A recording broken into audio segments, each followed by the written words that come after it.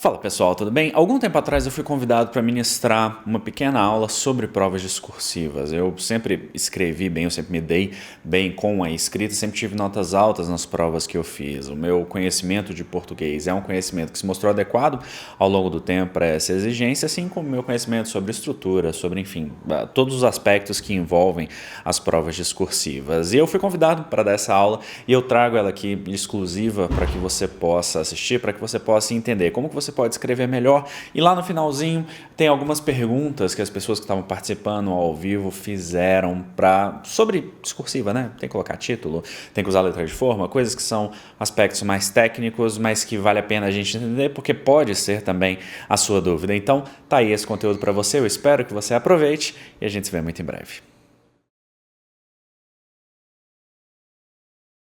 Eu acho que a primeira coisa que precisa é gostar de escrever. A pessoa, se não gostar de escrever, tudo bem, ela vai aprender a escrever de qualquer forma, mas gostar de escrever já é um passo à frente. Gostar de expor as suas ideias, porque isso vai te fazer naturalmente praticar ao longo da vida, né? Tem um problema que a gente encontra muito quando a gente fala sobre redação, que é a pessoa que nunca escreveu na vida querer cair no mundo dos concursos e sair escrevendo. Isso é mais complicado, mas gostar de escrever é um bom ponto. Para as pessoas que não gostam, né, que são provavelmente os maiores interessados nessa aula que a gente está fazendo, o que você precisa? Você precisa primeiro conhecer o tema que você vai falar. Isso é importante. Há alguns profissionais de letras que dizem que não é essencial, que você tem como fazer uma boa redação sem saber o tema. Eu não sou dessa categoria, tá? Eu sempre precisei saber o tema que eu ia falar para poder escrever sobre ele. Então você precisa saber o tema que você vai escrever. Segundo ponto, saber bem ortografia, saber bem gramática. Uma pessoa que sabe essas duas coisas, ela já vai falar melhor, ela vai se expressar melhor, ela vai escrever melhor. E o terceiro ponto que é indispensável, fundamental, é você escrever muito.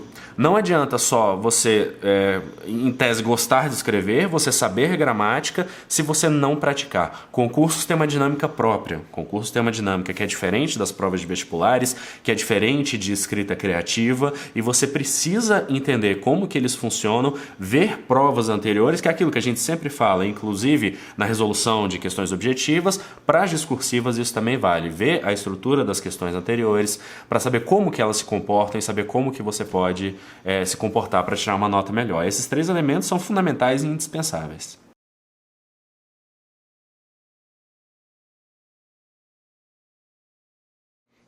É possível. O estudo para a prova objetiva, ele é indiretamente um estudo para a prova discursiva. Não é a mesma coisa, porque o processo que a gente tem de reconhecimento para saber se uma questão está certa ou está errada, que é o que a gente faz na prova objetiva, é um processo diferente do processo que a gente usa para expressar as nossas ideias de forma escrita. Então esses dois processos mentais, eles são diferentes. Por isso que o estudo para a prova objetiva, ele é um estudo secundário para a prova discursiva. Por quê? Porque você aprende uma parte do conteúdo, mas você só vai conseguir se expressar se você praticar aquilo. Então, duas coisas que a gente precisa muito é estudar bem o conteúdo, principalmente aquele conteúdo que cai mais. É fundamental a pessoa saber aquilo que cai mais, aquilo que tem uma probabilidade maior de cobrança, obviamente, sem ignorar o restante do edital, porque surpresas sempre podem acontecer, embora sejam estatisticamente não tão prováveis assim. Mas é importante a pessoa saber o conteúdo e praticar o estudo voltado para a escrita. Provas da área jurídica, prova da diplomacia, são provas que têm uma carga de escrita muito alta. E outras provas que cobram a parte discursiva também têm uma pontuação que pode fazer completa diferença. Como é que você vai fazer isso? O seu estudo, ele tem que ser aquele estudo que você lê o livro, você entende e ponto por ponto do edital, você tem que saber expressar aquilo que você está vendo. Se você lê lá sobre direitos e garantias fundamentais, você sabe falar sobre direitos e garantias fundamentais? Você sabe elencar 3 ou 4 direitos e garantias fundamentais? Você sabe a origem disso? Você sabe as implicações? Você sabe as alterações? O impacto histórico? Como que a gente chegou no ponto onde a gente está? Então tudo isso são ferramentas que você tem para você escrever cada vez melhor. E não basta saber isso novamente, porque colocar isso no papel com coesão, coerência, com estrutura, é uma prática que só a escrita em si vai te dar.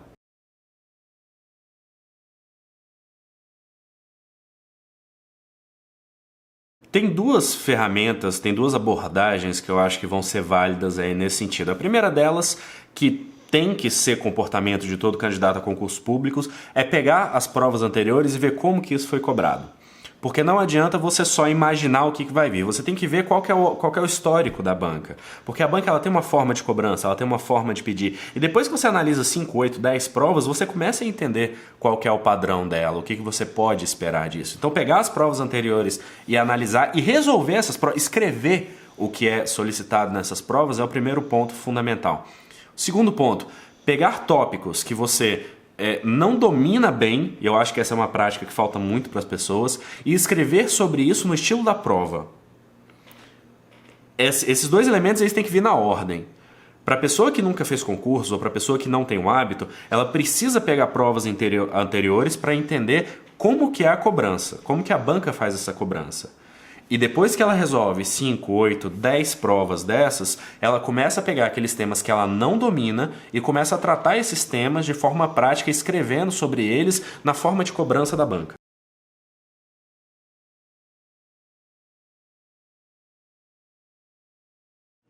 Essa pessoa ela precisa fazer duas coisas. Primeiro, ela precisa conversar com essa redação. Ela precisa saber para onde que ela está indo e o que ela está fazendo. Ela precisa se perguntar o seguinte: se eu escrever essa redação, alguém vai entender o que é esse tema? Porque a pessoa não precisa escrever para ser avaliada, ela precisa escrever para ser entendida. E isso é uma coisa que falta muito nas pessoas, tá? O pessoal acha que vai escrever para avaliação e que tem que fazer coisas mirabolantes. Não. Você tem que escrever para ser entendido, você tem que expor os seus argumentos de forma clara e você tem que tratar daquilo que a banca quer. Se você fizer isso, você vai tirar uma excelente nota. Obviamente escrevendo bem, gramática correta, coesão, coerência. Mas fazendo isso, você vai se dar bem. Então, a pessoa que conversa com essa discursiva e a pessoa que trata essa discursiva como um texto que precisa ser compreendido, que precisa explicar um determinado assunto, ela vai sair bem. Isso funciona para áreas jurídicas, isso funciona para áreas não jurídicas, isso funciona para vestibulares, funciona para qualquer coisa. Se a pessoa fala, discorra, na essência do enunciado, discorra sobre o item X, você precisa ter uma estrutura que possibilite aquela pessoa que vai avaliar a sua discursiva saber que você domina aquele tema e que você escreve bem. Um segundo ponto para ela saber se ela está indo bem é ela esperar alguns dias, escreveu a redação? Espera alguns dias, espera uma semana e lê de novo. Vê o que você acha. Normalmente, quando a gente está no calor do momento, a gente acha, não, isso aqui tá bom, eu acho que é, e a pessoa não sabe. E quando você deixa aquela poeira baixar e você vai ler isso de novo, você começa a ver os problemas, você começa a ver os problemas de argumentação, você imagina ideias melhores, e o processo de feedback ele é importante em qualquer fase dos estudos, especialmente quando a gente está escrevendo. O feedback autogerido, autogerado, ele não é tão eficiente, porque muitas vezes uma pessoa que está de fora teria insights diferentes daqueles que a gente tem, mas ainda assim ele é um processo valioso e talvez o mais valioso, porque quando alguém de fora fala, nem sempre a gente tem a clareza da necessidade da mudança, mas quando você lê e você vê, eu escrevi isso e eu precisava mudar isso, é muito melhor. Então, conversar com a discursiva, escrever um texto para ser entendido e ter esse feedback diferido, para mim são as duas ferramentas mais fortes que a gente tem.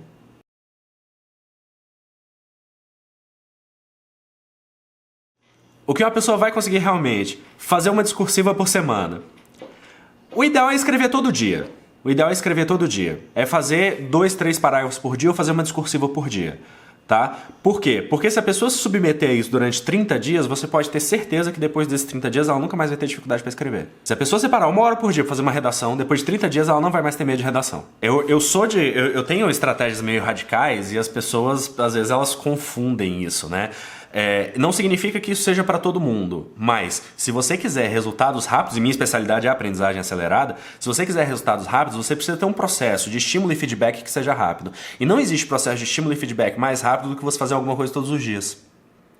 Nesse processo, você vai começar a experimentar a sua expressão. A pessoa que não sabe escrever, ela não consegue escrever. Ela não consegue escrever 30 linhas, ela não consegue colocar as ideias dela no papel. O primeiro dia vai ser insuportável, o segundo dia vai ser muito difícil, o terceiro dia vai ser terrível. O 7º dia, ela vai falar, beleza, eu já fiz isso antes. No 20º dia, ela vai falar, beleza, eu tô enfadado, mas é porque começou a ficar fácil. E no 30º dia, ela vai falar, beleza, isso mudou minha vida.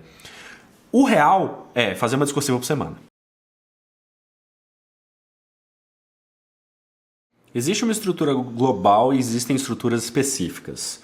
A estrutura global que todo mundo precisa ter para qualquer coisa que for fazer, e isso não é só a discursiva, é início, meio e fim. Por mais que isso seja óbvio, eu sei que algumas pessoas ainda vão lutar com isso, como eu lutei durante muito tempo. Você precisa começar a sua discursiva, você precisa desenvolver a sua discursiva, você precisa encerrar a sua discursiva. Existe muita discussão a respeito de estruturas específicas, que é a segunda parte do que eu vou falar. As pessoas dizem assim, porque eu não preciso fazer introdução, eu não preciso fazer conclusão. Por uma questão de estrutura de texto, é sempre interessante que a pessoa pense nisso, a não ser que expressamente a questão diga que isso não é necessário, tá? Mas é sempre interessante que a pessoa faça isso. E tem as estruturas específicas. Se a gente está falando de uma dissertação argumentativa de 30 linhas, isso é diferente de uma peça prática. Mas se você for olhar na essência, todas elas dependem de início, meio e fim. Quando a gente vai falar de uma dissertação argumentativa, vamos usar provas gerais, né? A gente está falando de uma dissertação argumentativa. A pessoa vai ter que discorrer em 30 linhas sobre um tema, apresentando argumentos sobre aquilo. Qual que é a estrutura básica essencial que vai te fazer tirar ou a nota máxima ou próxima da nota máxima todas as vezes? Primeiro parágrafo, introduzindo o tema, falando o que ele é. Do que se trata aquilo. Por exemplo, vamos dizer que a redação cobre legalização do aborto. Fale-se qual que é o problema do aborto no Brasil, quais que são as vertentes que defendem, aspectos religiosos, aspectos jurídicos, aspectos científicos, médicos, primeiro parágrafo. Segundo parágrafo, dê argumentos favoráveis à legalização do aborto no caso. Terceiro parágrafo, mostre os argumentos contrários à legalização do aborto. Quarto parágrafo, encerre mostrando fundamentadamente qual que é a posição adequada, sempre usando a terceira pessoa, né? Nunca usando eu acho, eu sinto, eu penso, mas usando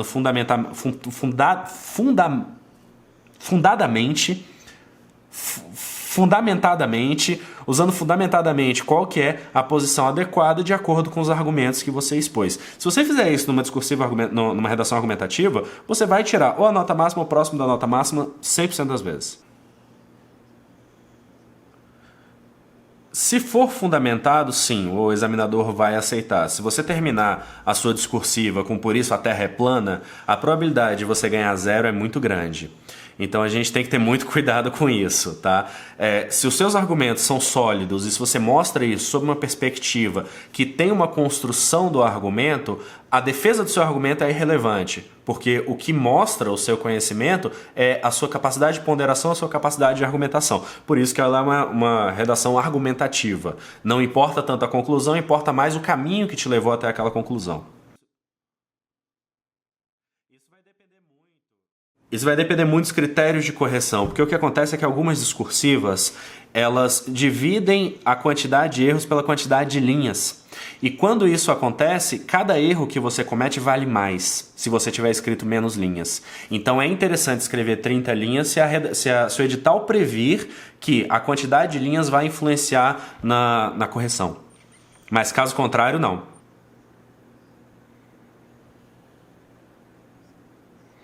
Os dois são importantes, vai depender muito da pontuação que o edital dá para a prova. Então isso vai variar de concurso para concurso. Em geral, precisa haver um equilíbrio entre a sua capacidade argumentativa e a sua capacidade de expressão, que tem a ver com a forma como você escreve, que eu acho que foi a pergunta dele. Se você tiver bons argumentos, mas escrever mal, você provavelmente não vai conseguir se expressar da forma como você poderia. Então esses dois têm que...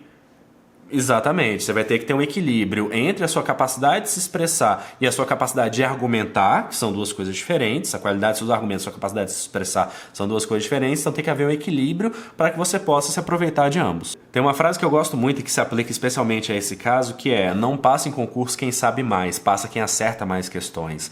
E no caso, o que a gente está falando aqui é exatamente isso. A pessoa pode ser mestre naquele conteúdo. Se ela não souber expressar a noção dela em 30 ou 60 linhas, dependendo do requisito, ela não vai passar. Então não adianta ter reconhecimento e não ter capacidade de expressão nos limites que estão estabelecidos pela banca. A gente tem que lembrar que existe um examinador do outro lado, existe um ser humano do outro lado. E esse ser humano, ele é guiado pela sua caligrafia, ele é guiado pelos seus argumentos, pela forma como você inicia a sua discursiva. Então tudo isso vai despertando o interesse daquela pessoa. Se você escrever bem, se tiver boas estratégias, você prender a atenção dela, a probabilidade de você criar um efeito halo aí, ter uma pontuação maior, é muito maior. Tem dois fatores, né? Um deles é que a apresentação normalmente conta pontos em muitas provas. E o segundo é a questão de ser um ser humano. Na hora que a pessoa tá cansada, ela tá recebendo R$5 por discursiva, tá pegando só aqueles garranchos de gente semi-analfabeta. Tem gente que recebe menos, inclusive. Aí ela pega uma discursiva bonitinha. Essa coisa deve encher o coração dessa pessoa de felicidade, entendeu? E a gente precisa fazer isso. É como se a gente levasse um bombom para essa pessoa na hora que a gente entrega uma discursiva bonitinha, entendeu? Então a gente tem que lembrar que é um ser humano e que esse ser humano ele está sujeito às mesmas limitações, às mesmas influências que nós, seres humanos normais. Pode. A única discursiva que você não pode escrever em letra de forma são algumas discursivas de vestibular. Quando você passa para concurso, qualquer letra você pode usar. O que você precisa ter cuidado é da diferenciação entre letras maiúsculas e letras minúsculas, a diferenciação de tamanho, porque senão o examinador não sabe se você está começando a frase com letra maiúscula, se você está usando as siglas da forma correta, mas se houver essa diferenciação entre maiúscula e minúscula, você pode usar qualquer tipo de caligrafia. A mídia brasileira é um negócio muito complicado. Eu recomendo veículos internacionais. A gente está falando aqui de atualidades, tá? Existe uma diferença entre atualidades e conhecimentos gerais. Eu vou abordar isso. Atualidades é aquilo que está acontecendo hoje. O que está acontecendo hoje está nos jornais. Eu recomendo que as pessoas leiam BBC, Le Monde Diplomatique, É o País, que tem uma visão um pouco menos partidária, polarizada da política nacional. E como todos os eventos têm de uma certa forma influência política, é interessante que seja um veículo externo porque ele tende a ser mais objetivo, tá? Quando você vai ler Veja, quando você vai ler Carta Capital, a pessoa não tem que deixar de ler esses veículos mais polarizados. Vamos usar os dois exemplos aqui, Veja e Carta Capital. Esses são os dois extremos de direita e esquerda, digamos assim. A pessoa não tem que deixar de ler isso, porque pode ser inclusive que o examinador escolha um desses textos. Mas para adquirir senso crítico, você tem que ver os dois lados da moeda. Dizem que toda história tem 3 versões, a minha, a sua e a verdadeira. Então muitas vezes é isso que acontece mesmo. Então a pessoa não tem que deixar de ler esses extremos polarizados, mas ela tem que saber qual que é a história e qual que é a interpretação da história. Então assim, ler veículos de mídia internacional é importante, ler os veículos nacionais para ver as abordagens específicas de cada um desses espectros políticos vai ajudar a pessoa a estar ligada a atualidades. Um ponto muito importante, atualidade não é fofoca, não é Xuxa acordou hoje, Bruna Marquezine e Neymar brigaram, não é isso. É os eventos que estão acontecendo e que têm influência na política, na economia, na geografia brasileiras, e identificar isso exige alguma prática. Isso é o ponto de atualidades. Conhecimentos gerais não necessariamente tem a ver com atualidades, tá? E se a prova cobrar conhecimentos gerais é diferente de cobrar atualidades. Conhecimentos gerais tem a ver com conhecimentos gerais. Então, se eu falo da Semana de Arte de 29, isso não é atualidades, mas isso é conhecimento geral, de conhecimento geral. Se eu falo sobre música, sobre arte, sobre política internacional, sobre guerras, isso não são atualidades, mas são conhecimentos gerais. Então, a pessoa tem que saber isso. E a forma da pessoa entender os conhecimentos gerais é ela procurar materiais específicos que tratem sobre isso. Tem livros muito bons, como, por exemplo, Uma Breve História do Mundo, Uma Breve História do Século XXI, que todos eles trazem super condensados esses eventos e fazem a gente entender melhor o que aconteceu e ter esse conhecimento geral para poder se aprofundar a partir das demandas específicas da prova. Para entender livros difíceis, a dificuldade que as pessoas têm nos livros normalmente é alguma deficiência em pré-requisito. Se você não entende uma física básica, você não vai entender física quântica. Se você não entende trigonometria, álgebra, você não vai entender Bhaskara.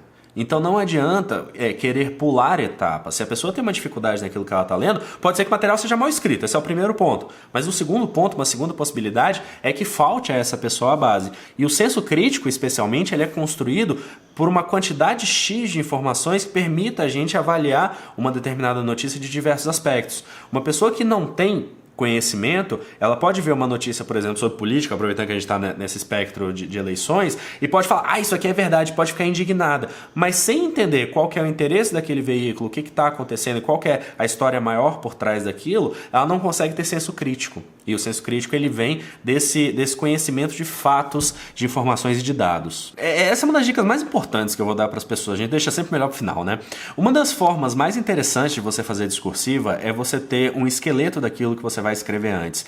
O papel em branco ele é muito assustador para as pessoas, e isso é natural. Quando você vê uma folha em branco, é claro que você fica um pouco tenso. Então você ter uma estrutura, você saber o que você vai abordar, as ideias principais, é muito mais fácil. Então, por exemplo, vamos usar aquele exemplo que eu dei de legalização do aborto. Eu posso colocar no meu rascunho lá 1, 2, 3, 4, a estrutura do primeiro, do segundo, terceiro e do quarto parágrafo. E nesse eu posso colocar as ideias principais que eu vou abordar. No primeiro parágrafo eu posso falar de controvérsias religiosas e científicas. Eu posso falar de uma questão de escolha da pessoa abortar ou não. Segundo parágrafo, quais são os pontos que são favoráveis à legalização? Questão de saúde pública. Então, quando você coloca esses pontos, é muito mais fácil. Para você concatenar essas ideias, você tem que ter elementos de ligação entre cada parágrafo. O parágrafo é a unidade ideológica em termos de ideia, né? O parágrafo é a unidade de ideia que vai controlar o seu texto. Cada parágrafo deveria ter uma ideia ou uma linhagem de ideias. Se você está na introdução, você apresenta o tema, aí no final do primeiro parágrafo você pode colocar há posições favoráveis e contrárias ao tema. Aí no parágrafo seguinte você começa. As posições favoráveis são, 2 pontos. Terminou? Final do segundo parágrafo. Há também posições contrárias ao tema. No próximo parágrafo. As posições contrárias são. Quarto parágrafo. Vai começar a conclusão. Tendo todo o exposto em vista, podemos concluir, baseado em XYZ, que eu sou favorável, eu sou contrário à legalização do aborto. Entendeu? Essa é a forma de você costurar o seu texto. Essa concatenação ela tem a ver com a costura, com o fio que junta esses parágrafos. Se a banca disser coloque título na sua discursiva, você coloca. Se a banca não disser coloque título, não coloque, porque isso pode ser considerado marca identificadora, na pior das hipóteses.